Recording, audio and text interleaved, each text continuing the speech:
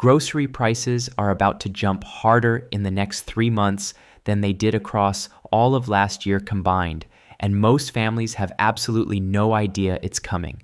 I know that sounds like an exaggeration. You're already wincing at the register every single week, but what most people don't understand is how grocery stores actually respond to tariffs. They don't raise prices the moment a tariff hits. They absorb the blow. They eat the margin. They protect you as long as their numbers allow. But that protection has an expiration date. And for millions of American families, that date is right now, today, this month. Industry analysts confirmed it. The shockwave from Liberation Day, April 2025, is finally reaching your grocery shelf.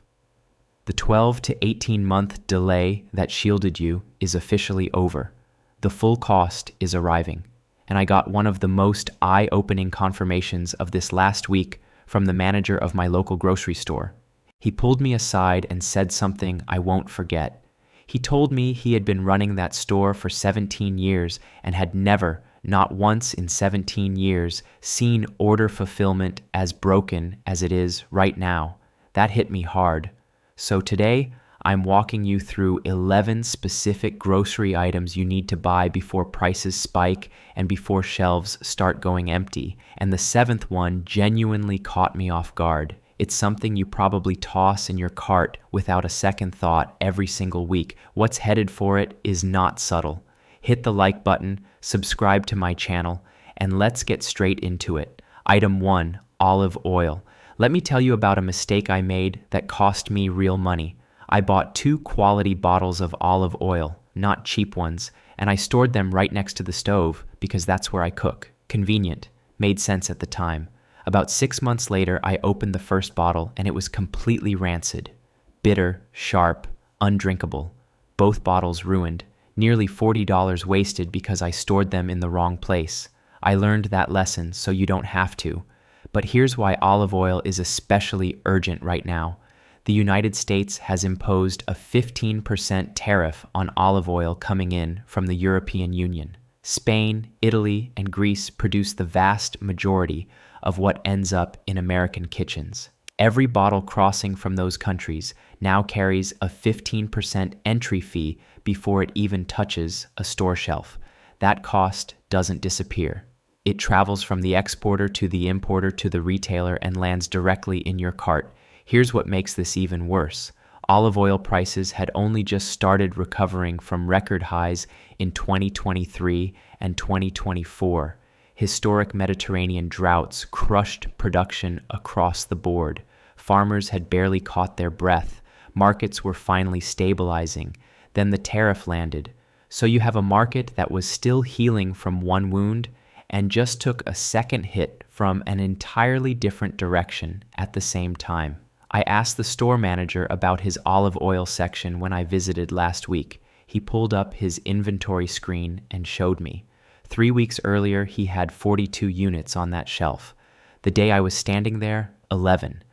And his next incoming shipment was already flagged with a price increase from the distributor. By the time those bottles reach the shelf, every customer will feel it. Your action plan is simple. Grab 2 or 3 bottles this week. Choose dark glass, not clear. Light is the single biggest enemy of olive oil quality, and dark glass blocks it. Store away from the stove and away from any heat source. For everyday cooking, use refined olive oil, not extra virgin. Refined handles heat better, lasts longer, and costs roughly half as much. Save extra virgin for cold applications where the flavor actually matters. I restocked correctly after my expensive mistake, and 3 months later, everything is still perfectly fresh. Item 2, pasta. Are you ready for a number that's going to make you stop and reread it? Starting January 2026, Italian pasta exporters are facing a combined tariff of up to 107%. There is a base 15% European Union tariff, and stacked directly on top of that, an anti-dumping duty of nearly 92%. For American importers of Italian pasta, costs could more than double almost instantly. That is not a misprint. I verified it multiple times because I didn't believe it the first time either. And that cost has nowhere to go except the shelf price, which goes into your cart, which comes out of your budget. I explained this to a neighbor of mine, a practical family man who feeds a household of 4 and watches every dollar carefully. He went quiet for a moment and then asked what the pasta he bought for $2 a box last month was going to cost by fall.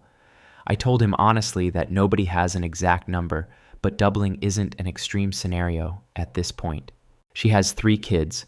One bag lasts about 2 weeks in her house. She lives in an ordinary mid-sized suburb. 4 stores, 1 bag available. This is already the reality in April 2026. Here is the bigger picture behind it. Tariffs on Asian imports are compressing rice supply from several directions at once. Major exporting countries are prioritizing their own domestic needs first. Global food inflation is pushing every rice-producing nation inward. Elevated shipping costs mean whatever does reach American ports arrives at a higher price than it did 2 years ago. Everything is squeezing simultaneously. Here is the single most important thing to understand about rice storage, and I want you to hold on to this. White rice stored correctly lasts 30 years. Brown rice lasts about 6 months. The reason is simple. Brown rice has a natural bran layer containing oils, and those oils turn rancid. Well-meaning advice to stockpile brown rice because it's healthier will leave you with a pantry full of inedible grain within months. White rice is the long-term storage champion, and it isn't even a close comparison. Use food-grade airtight buckets with gamma seal lids. Place bay leaves inside every container as a natural pest deterrent. It works better than most chemical options and has 0 effect on flavor. Plan for a minimum of 20 pounds per person in your household. That translates to roughly 400 servings at about 6 cents each. My neighbor bought 60 pounds that same day across 2 stores to stay within their individual purchase limits. She texted me after saying she felt so much better and couldn't believe she had waited this long. Item 6. Cooking oils. The same neighbor who came to me rattled about. Coffee came back about a week later and pulled out his phone to show me his grocery receipts from the past 6 months laid side by side. Canola oil in January, $2.89. The same brand, same size, last week, $4.61. A 60% increase in 3 months. He wanted to know how that was even mathematically possible. Here's the answer. Canada's canola crop has taken serious damage from drought. South American soybean harvests were severely set back by extreme weather events. And here is the factor almost nobody talks about. An increasing share of agricultural oil production is being diverted to biofuel. Less oil is flowing into the food supply. When supply contracts and demand doesn't, prices rise and they don't reverse. He asked what he should actually be buying. The answer is coconut oil. It stores for 2 to 3 years, handled correctly, works across cooking and baking, and has a range of secondary uses most people never consider. Here is a storage mistake I made personally that cost me money. I bought a large economy jug of vegetable oil thinking I was being efficient. I used it twice a week, and 4 months later it had gone rancid before I finished it. The reason is oxygen exposure. Every time you open a large container, the entire volume inside gets hit with air. Oxygen triggers oxidation and oil degrades. Smaller bottles mean only the active portion gets exposed while the rest stays sealed. My neighbor switched to smaller containers immediately and texted me saying he finally felt like he actually understood what was happening in his pantry. Item 7. This is the one I flagged at the beginning. Are you ready for what's coming for something you probably buy every single week without a second thought? Flour and sugar. A neighbor of mine bakes for her family every week without exception. Bread on Sundays, birthday cakes, holiday cookies. She called me last month close to tears. She had been to 3 stores looking for bread flour. One store was completely sold out. The second had a 2-unit limit sign on the shelf. The third had it available, but the price was 60% higher than it had been 3 months earlier. She stood in that aisle and actually teared up. She told me she knew it sounded dramatic, but she couldn't help it. It doesn't sound dramatic at all. Wheat production is being pressured from multiple directions: climate disruption, tariff pressure on imported grain, and elevated freight costs. And flour was the very first item to disappear from store shelves in 2020. Not in weeks, in days. The conditions that created that moment are louder now than they were then. Here is the critical detail that hurt people badly last time. Buy both all-purpose flour and bread flour. Bread flour disappeared first in 2020 because the entire country started home baking at the same moment. Don't let that happen to you twice. Sugar deserves its own attention.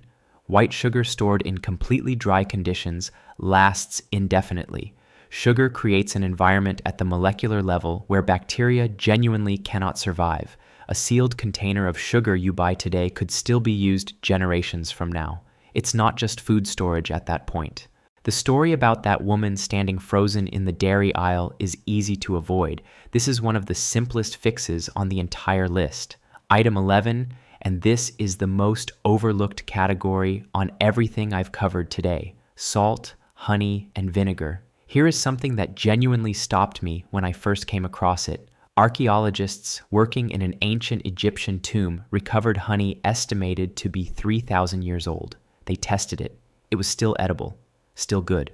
The reason is chemistry. Pure honey contains natural hydrogen peroxide, and its moisture content is so low that bacteria cannot survive in it under normal storage conditions. It is essentially immortal food. Buy raw, unpasteurized honey and store it in glass rather than plastic.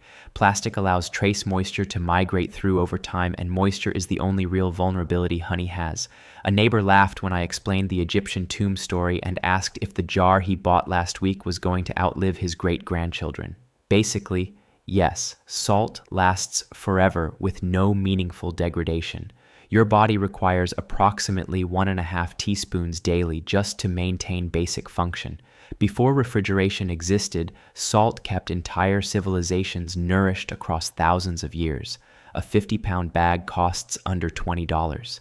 That is a lifetime supply for less than the price of 2 specialty coffee drinks. White vinegar is equally permanent. The acetic acid in vinegar is completely self-preserving. No bacteria, no mold, no breakdown over time. And with cleaning supply prices climbing the way they are right now, 1 gallon at $3 replaces $50 worth of commercial cleaners. I used to spend around $40 a month on cleaning products. After switching to vinegar and baking soda 18 months ago, that number dropped to almost nothing. I was honestly embarrassed it took me that long to make the switch. These 3 items together cost roughly $30. They cover cooking, food preservation, cleaning, and basic first aid. Not glamorous purchases, but the ones that people who genuinely understand what's coming tend to buy first. The families that come through the rest of 2026 without serious financial damage at the grocery store are the ones making decisions right now in April, not in May, not in June. Mid-2026 is when analysts project the full price wall arrives.